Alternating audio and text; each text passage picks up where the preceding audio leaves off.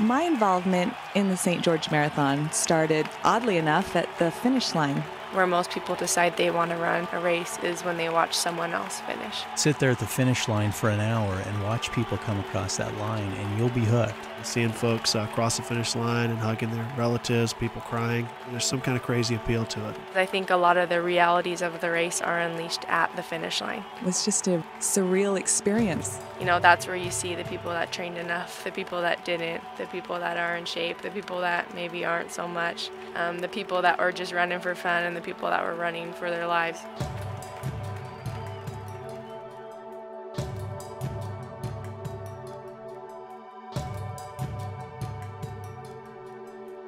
Training for the marathon is part of the joy of running the marathon.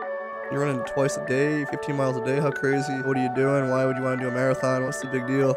It's kind of lonely being out on the road early in the morning when rational people are still asleep. Training's about at least a 6-month process. It's a love-hate relationship. When you live in southern Utah, you've got to get up at about 3 o'clock in the morning to beat the heat.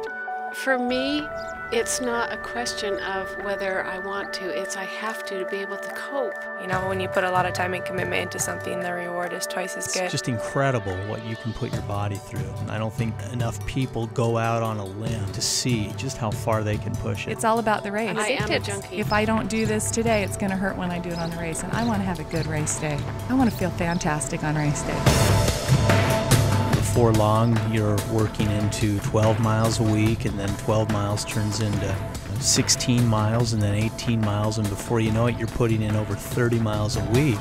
The marathon itself is the easy part when you consider all the miles that you run in training. No less than 26 miles a week. Usually average about 85 miles a week. For the last 13 years. Around 100 miles a week. I generally will run 4 to 5 times a week. And never had more than, say, 3 or 4 days off. And all the days and weeks and months that you put in up until that point, that's really the hard part. And I think the marathon is the reward.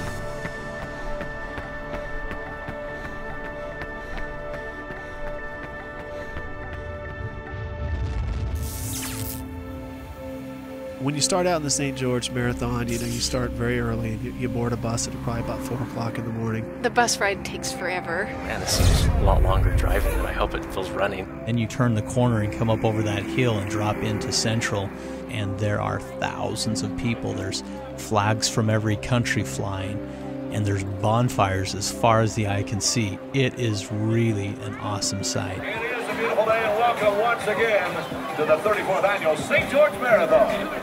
Once you get off of the bus, there's loud music and people are excited and happy. This is, of course, because they haven't started running the 26 miles yet. Everyone's there for a different reason, and yet they're all in common because they all have that goal. And before you know it, you hear that voice calling your attention to the start line to get in place. And then you start lining up in the corrals and wait for that gun to go off.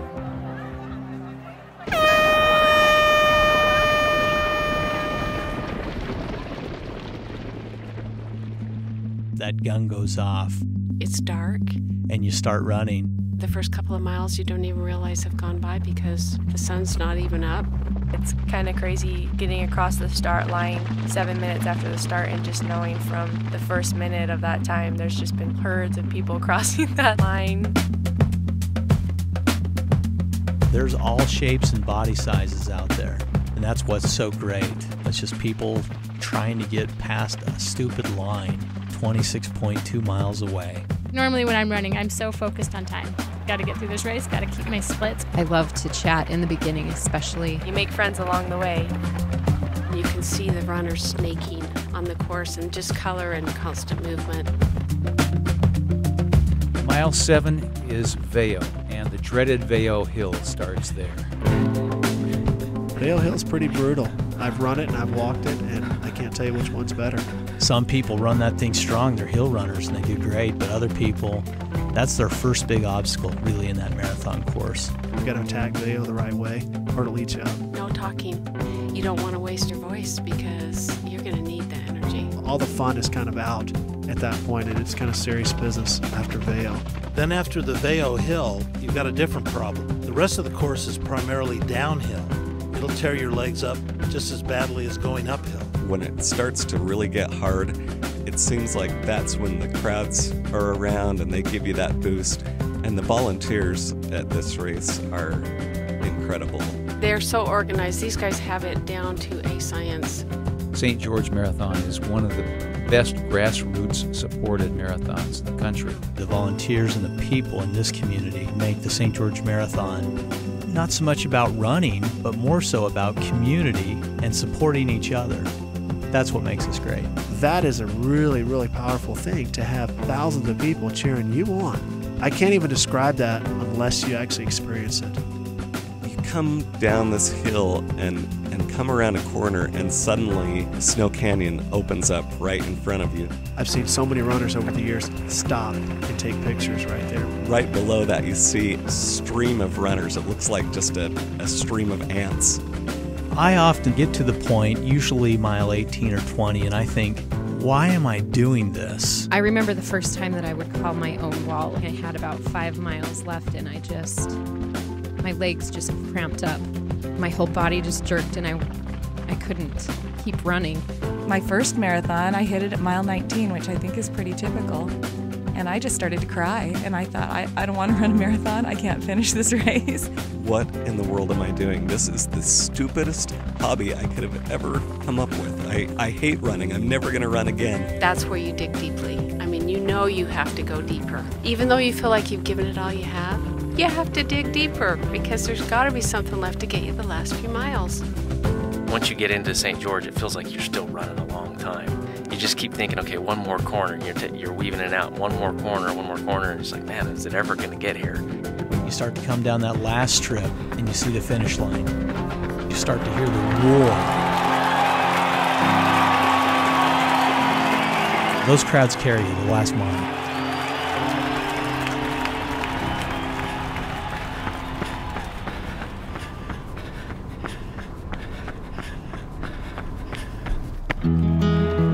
You can't cross the finish line of a marathon without having it become a part of your life. I think that's what keeps people coming back.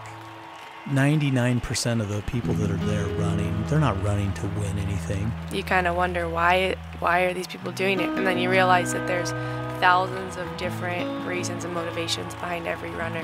You've still run a race. You've still finished something extremely hard, and it's victorious. When you cross the line, you're a winner. That's what I love about it.